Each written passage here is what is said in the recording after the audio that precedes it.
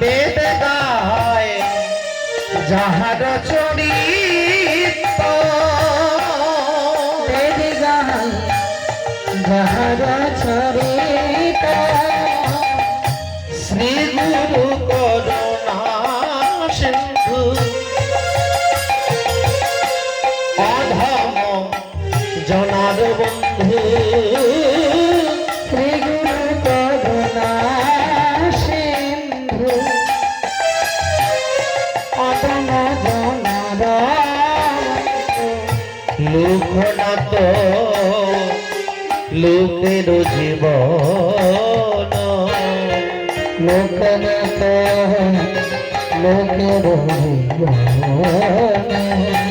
লোকনাথ লোকের জীবন, লোকনাথ লোকের বলে শ্রী গুরু করুণা সিন্ধু অধম জনাদ বন্ধু, গুরু করুণা সিন্ধু অধম জনাদ লোকনাথ লোকের জীবন, লোকনাথ লোকের জীবন, আহার আহা প্রভু কর দয়া, দেহ মনে পদ ছায়া, হা প্রভু কর দয়া, দেহ মনে পদ দয়া, এবে যশ ঘোষক ত্রিভুবন, এবে যশ ভূষত্রী ভুবন, তোমরা সব সবে মিলে একবার জয় দাও আমার প্রণাম দয়া শ্রী গুরুদেবের, বলি জয় দিলে জয় হবে, প্রণাম দয়া শ্রী গুরুদেবের, জয় দিলে জয় হবে, আমার করুণা সিন্ধু গুরুদেবে, আজ জয় দিলে জয় হবে, করুণা সিন্ধু গুরুদেবে, আজ জয় দিলে জয় হবে, জয় জয় জয়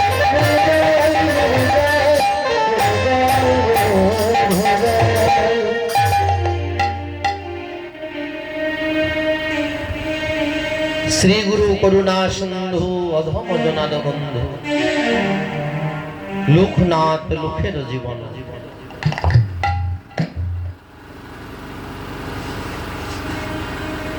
ভক্তের কৃপা হলে ভগবানের কৃপা হয়। ভগবানকে যদি পেতে হয়, কৃষ্ণ প্রাপ্তি বা ভগবত প্রাপ্তি যদি করতে হয়, আমাদের ভক্তির চরণ ধরতে হবে। ওই ভক্তির চরণেই ভক্তি, ভক্তিবিন্ন ভগবানকে পাওয়া অতি দুষ্কর, যার জন্য ভক্তি লাভেচ্ছু যারা তাদের গুরুচরণ আশ্রয় করতে হবে। ওই গুরুচরণেই মিলবে ভক্তি।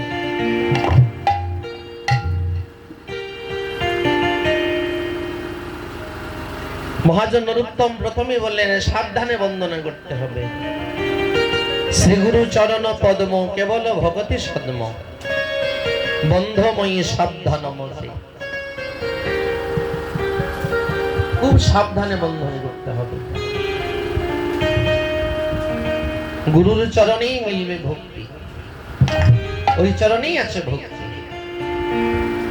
অন্য কোন পদ্ধতি, অন্য কোন উপায়ে ভক্তি মিলবে না। ভক্তি হাটে বাজারে বিক্রি হয় না, টাকা দিয়েও ভক্তি মিলে না।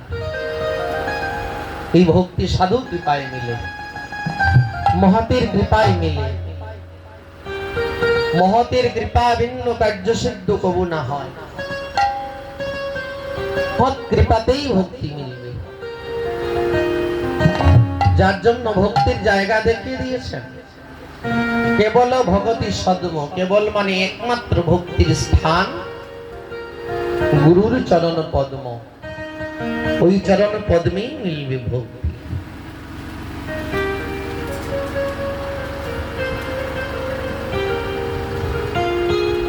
গুরু কৃপায় যে ভক্তি মিলে,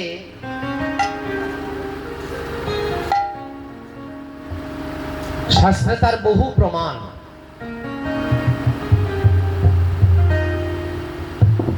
যারা একনিষ্ঠ গুরু ভক্ত,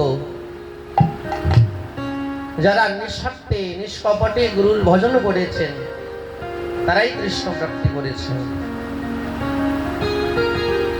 প্রমাণ ভক্তিমতী সবরী মাতঙ্গ ঋষির কৃপায় ওনার ভগবত প্রাপ্তি হলো।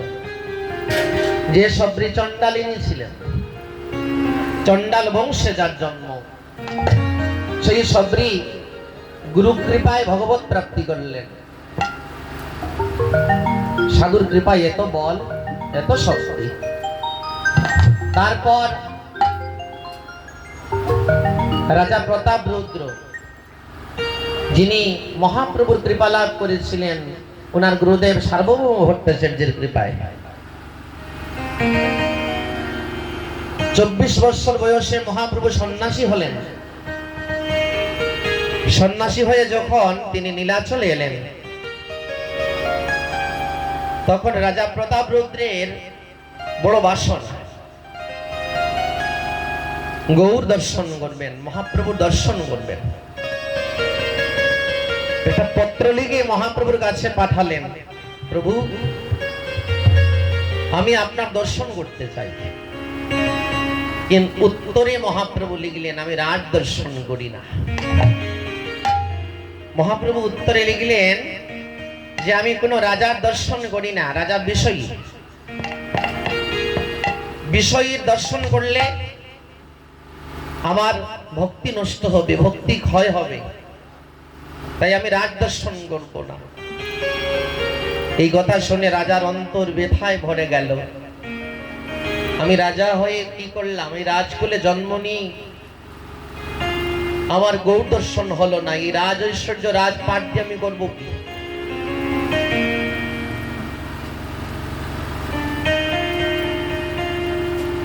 কোনো উপায় না পেয়ে মনে মনে ভাবলেন, শুনেছি ভক্তের চরণ আশ্রয় করলে নাকি ভগবত কৃপা হয়, ভক্তের কৃপা হলে ভগবানের কৃপা হয়। তাই পুরীতে ছিলেন একজন ব্রাহ্মণ, যার নাম ছিল সার্বভৌম ভট্টাচার্য, যিনি পরম ভক্ত, সর্বশাস্ত্রে নিপুণ। তিনি ছিলেন প্রতাপ রুদ্রের গুরু। তাই রাজা মনে মনে ভাবলেন, গুরু কৃপায় আমি গৌর পাবো। তাই প্রতাপ রুদ্র চলে এলেন গুরুদেব সার্বভৌম ভট্টাচার্যের কাছে। সার্বভৌম ভট্টাচার্যের চরণে এসে আছাড় খেয়ে পড়লেন, গুরুদেব গুরুদেব। হে রাজন, হঠাৎ তুমি আমার কাছে এলে, কি ব্যাপার?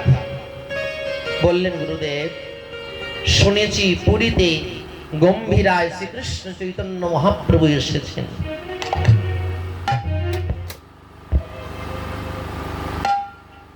শ্রীকৃষ্ণ চৈতন্য মহাপ্রভু পুরীতে এসেছেন। আমার বড় ইচ্ছে আমি প্রভুর দর্শন করব গিয়ে, কিন্তু প্রভু আমাকে দেখা দিতে চান না, আমার দর্শন করতে চান না। বলি কেন? বলি প্রভু বললেন আমি নাকি রাজা, তিনি রাজার দর্শন করবেন না। সন্ন্যাসীরা নাকি রাজ দর্শন করে না।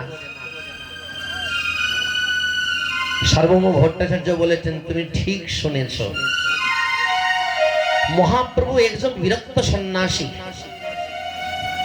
তিনি ভগবান হতে পারেন, কিন্তু তিনি সন্ন্যাস ধর্ম অতি কঠোর ভাবে পালন করছেন। উনি যে বলেছেন উনি রাজ দর্শন করবেন না, তুমি সত্যি শুনেছ হে রাজন, সন্ন্যাসীরা রাজ দর্শন করে না। তাহলে আমার এই দুটি নয়ন কি গৌর দর্শন করবে না? রাজা প্রতাপরুদ্র গুরুর চরণে আছাড়কে পড়ে গোড়াগড়ি দিচ্ছেন, হে গুরুদেব, আপনার যদি কৃপা হয় আমি অবশ্য গৌর পাবো। আপনি কৃপা করলে আমি গৌর ধন পাবো। আপনি আমায় কোনো উপায় বলে দিন, যেভাবেই হোক আমার গৌর কৃপা পেতে হবে। এখনকার শিষ্যরা কি গুরুর কাছে গিয়ে এইভাবে ভগবত দর্শন কামনা করে? বর্তমান যে পরিস্থিতি, এখনের যে শিষ্যগুলো গুরুর কাছে এসে বলে ভগবান পাওয়ার উপায় বলে দিন, কৃষ্ণ পাওয়ার উপায়টা বলে দিন, একবারও বলে না। আমরা গুরুর কাছে কেন যাই? আমাদের স্বার্থের জন্য যাই। কি স্বার্থ? এই জড় সুখ, জড় প্রতিষ্ঠা, জড় মান, এগুলোর জন্য আমরা গুরুর কাছে যাই। আমরা কি গুরুর শাসন মানি? গুরুদেব যেটা বলেন আমরা কি ওটা জীবনে ধারণ করি? আমাদের যে কৃষ্ণ কৃপা হবে, গুরু বাক্যকে আমরা হৃদয়ে ধারণ করি? গুরু ধরেছি, বাস হয়ে গিয়েছে, গুরুকরণ করলাম তো হয়ে গেল। আর গুরুর রক্ষা করে কি হবে? তো এমন গুরুকরণে কৃষ্ণ কৃপা হবে না। যেভাবে একজন রাজা অহংকারী হয়ে, নিরভিমানী হয়ে সাধুর চরণে, প্রতাপরুদ্রের চরণে গোড়াগড়ি দিচ্ছেন, এইভাবে সাধুর চরণে যদি আমরা নিরভিমানী হয়ে যাই, তবেই তো আমরা কৃষ্ণ পাবো।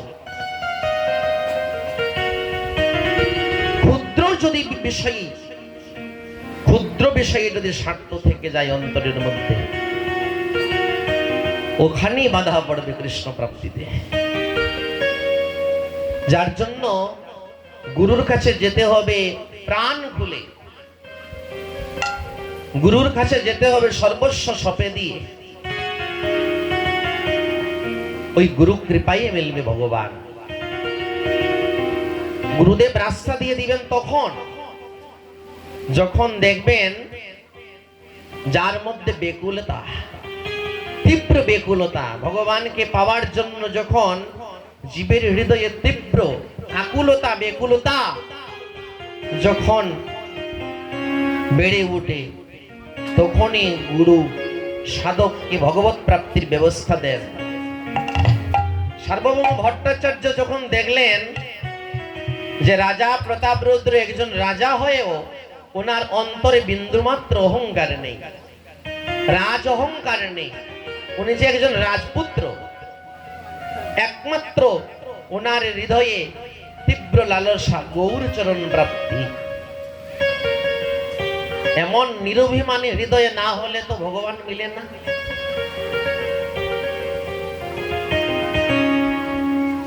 প্রতিটা মানুষের ভগবত প্রাপ্তি তখনই হবে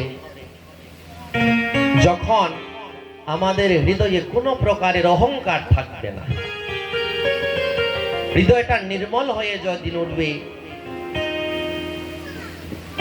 সেদিনই সেই হৃদয়ে ভগবত প্রাপ্তি হবে, সেই হৃদয়ে ভক্তি জন্ম নিবে। রাজা প্রতাপরুদ্রের বেকুলতা দেখে ওনার গুরুদেব সার্বভৌম ভট্টাচার্য বললেন, রাজন উঠো। নয়নের জল মুছে দিলেন গুরুদেব, বললেন, শোনো, তোমার গৌর ভক্তি দেখে আর গুরু ভক্তি দেখে আমি অতি প্রসন্ন। আমি তোমায় একটা ব্যবস্থা দেব, তুমি যদি সেটা করতে পারো তাহলে তোমার গৌর প্রাপ্তি হবে, তুমি গৌর চরণ পাবে। গুরুদেব যদি বলে পাবে, তো মনে করুন আপনি পেলেন। সার্বভৌম ভট্টাচার্য বলেন, হে রাজন, তুমি কি রাজ বেশ পরিত্যাগ করতে পারবে? যদি তোমার গৌর প্রাপ্তি করতে হয় তাহলে তোমার এই রাজভেষ দেহে থাকলে গৌর প্রাপ্তি হবে না। তোমাকে রাজভেষ পরিত্যাগ করে ভক্ত বেশ ধারণ করতে হবে, কেননা ভগবানে কাঙ্গাল বেশ ভালোবাসেন। তুমি রাজভেষ পরিত্যাগ যদি করতে পারো তাহলেই আমি তোমাকে একটা রাস্তা দেখিয়ে দিতে পারি। রাজা প্রতাপরুদ্র বললেন, গুরুদেব রাজভেষ কেন, গৌর হরির জন্য যদি রাজপাট পরিত্যাগ করতে হয় আমি করব। রাজার প্রবল অনুরাগ দেখে সার্বভৌম ভট্টাচার্য অতি প্রসন্ন, বললেন, শোনো, আর বেশি দিন নয়, পুরীতে রথযাত্রা হওয়ার পথে নবদ্বীপ থেকে ভক্তগণ আসবেন, নিত্যানন্দ প্রভু আসবেন, সীতানাথ অদ্বৈত প্রভু আসবেন, গদাধর পণ্ডিত, শ্রীবাস পণ্ডিত, মহাপ্রভুর গৌর ভক্তগণ সব নীলাচলে আসবে এই পুরীতে জগন্নাথের রথযাত্রা মহোৎসবে। যখন জগন্নাথ রথে উঠবেন, মহাপ্রভু রথাগ্রে নৃত্য করিতে করিতে রাজপথ দিয়ে যাবেন। হে রাজন, তুমি তখন কি করবে জানো? তখন তুমি সোনার ঝাঁটা দিয়ে জগন্নাথের রাস্তা ঝাঁটা দেবে। নিতাই গৌর হরি গৌর। বলেন, সোনার ঝাঁটা দিয়ে জগন্নাথ যে রাস্তা দিয়ে আসবে সেই রাস্তাটা তুমি ঝাড়ু দেবে, ঝাঁটা সভা করবে, আর রাস পঞ্চোধ্যায়ের শ্লোক পাঠ করবে। যখনই মহাপ্রভু দূর থেকে তোমার মুখে ওই রাস পঞ্চোধ্যায়ের শ্লোক দেখবেন আর তোমার এই ঝাঁটা সেবা যখন দেখবেন, প্রভুর হৃদয় আনন্দে ভরে উঠবে। তখন প্রভু তোমাকে গিয়ে দৃঢ় আলিঙ্গন করবেন। জয় রাধে।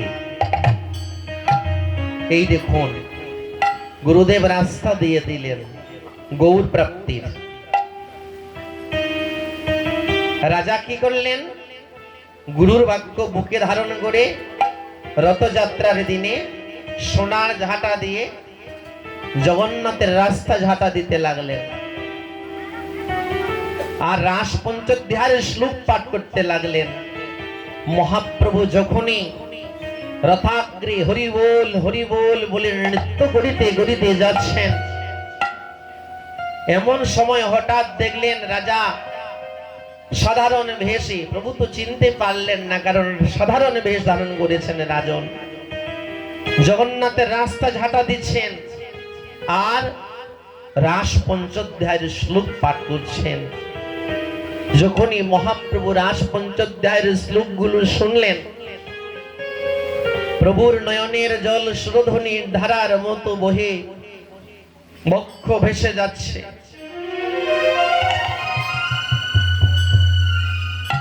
তিনি ব্রজভাবে ভাবাবিষ্ট হয়ে রাসলীলার সেই রাস পঞ্চোধ্যায়ের শ্লোক শুনে রাজা প্রতাপরুদ্রকে দৌড়ে গিয়ে ভক্ত মাঝে জড়াইয়ে ধরলেন।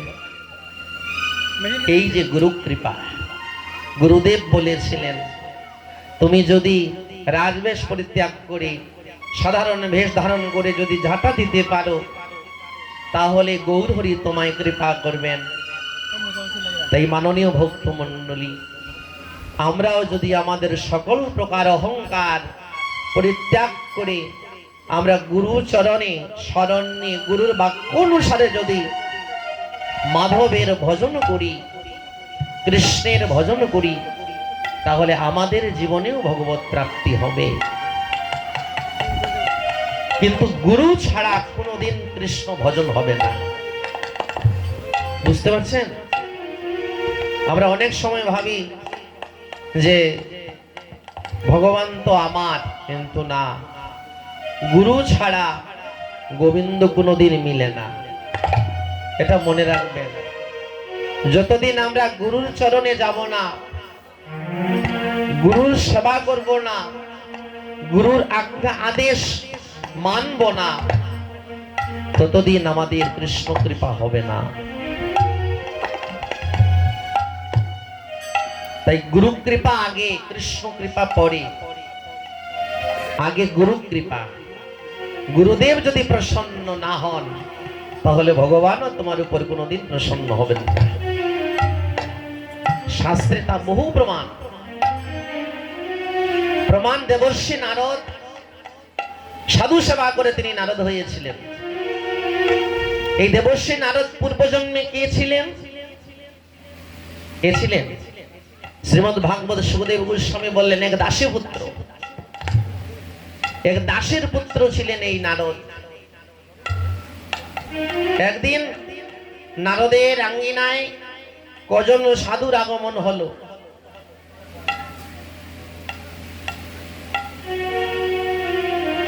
নারদ মনে মনে ভাবলেন, আমাদের পরম সৌভাগ্য মা, আমাদের আঙ্গিনায় সাধু সন্তের আগমন হয়েছে।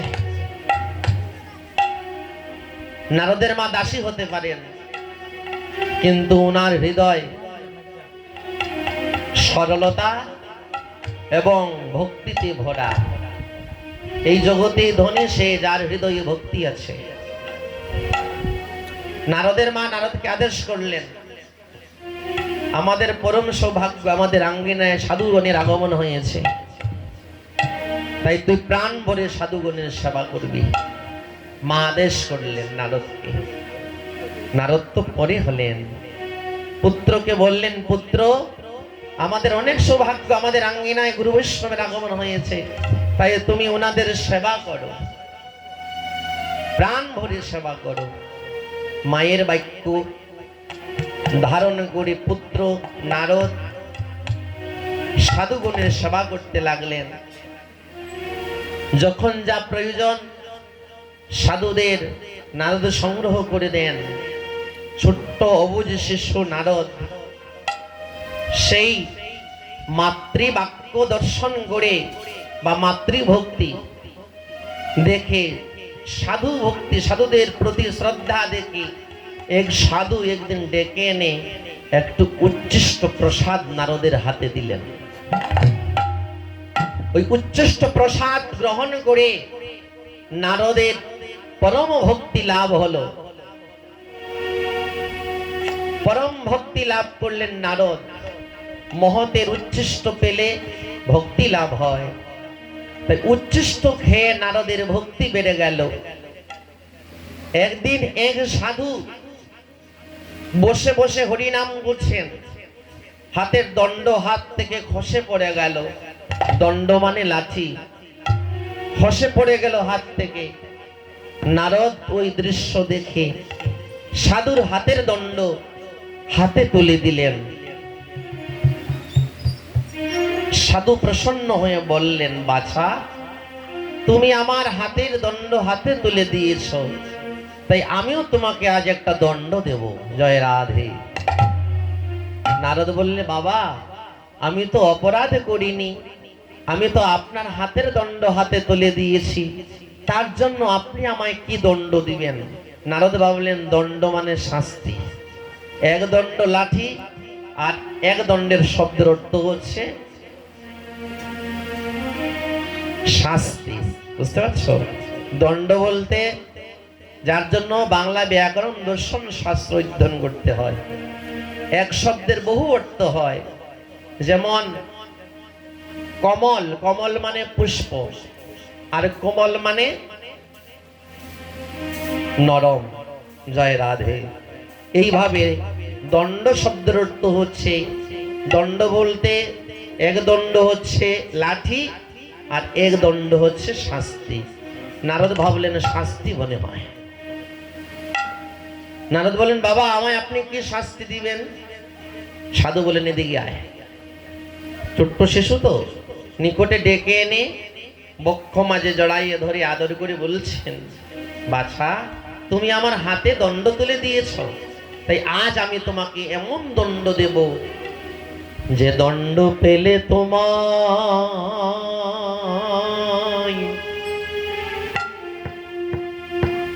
এই জগতে আর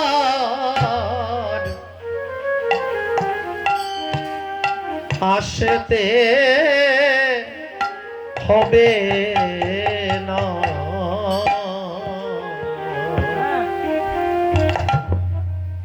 যে দণ্ড পেলে তোমায় এ ভবিনার হস্তে হবে না। আমি তোমায় ভক্তি দণ্ড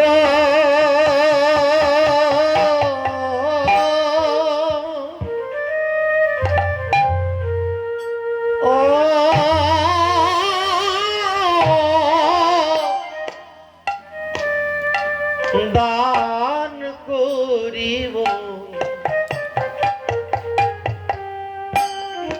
যে দণ্ড পেলে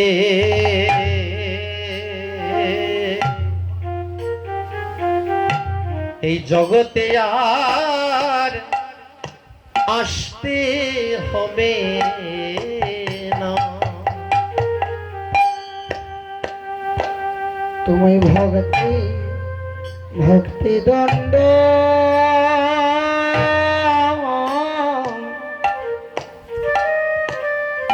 ভক্তি দণ্ড তোমায় দান করিব,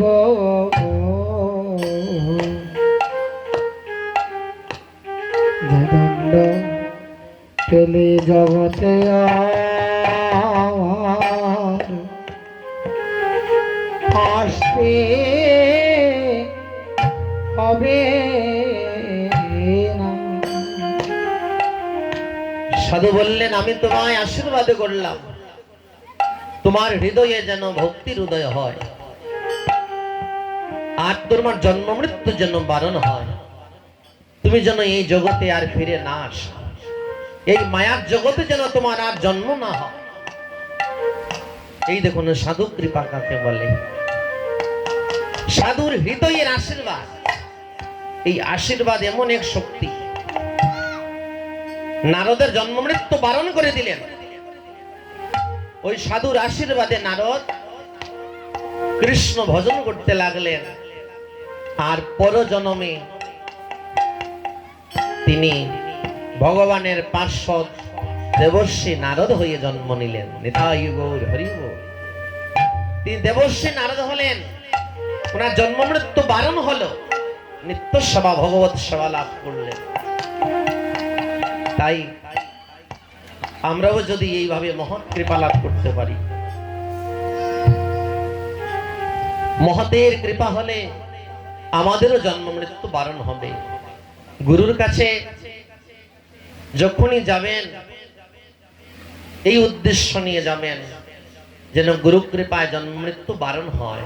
আর জন্ম মৃত্যু তখনই বারণ হবে যখন আমরা নিঃস্বার্থ, নিষ্কপট, নিরভিমানী হয়ে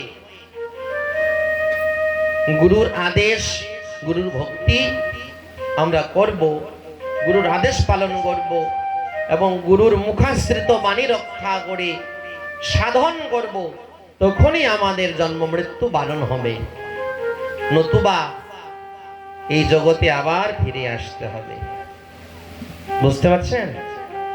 তাই গুরু শব্দের অর্থ হচ্ছে যিনি অন্ধকার থেকে আলোর পথে নিয়ে যান, তিনি গুরু। যিনি আমাদের মায়ার হাত থেকে মুক্ত করে কৃষ্ণের হাতে সমর্পণ করেন, তিনি গুরু। তাই মহাজন বললেন, যদি ভব সিন্ধু পার হতে হয়, বলি আর তো কোনো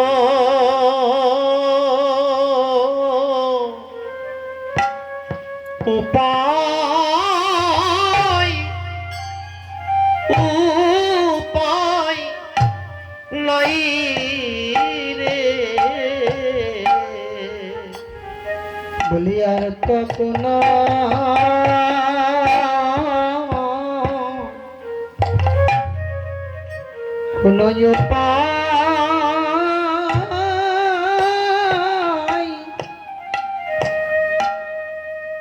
উপায় নাই রে, যে দিয়েই ভব সিন্ধু পার হতে হয় গো,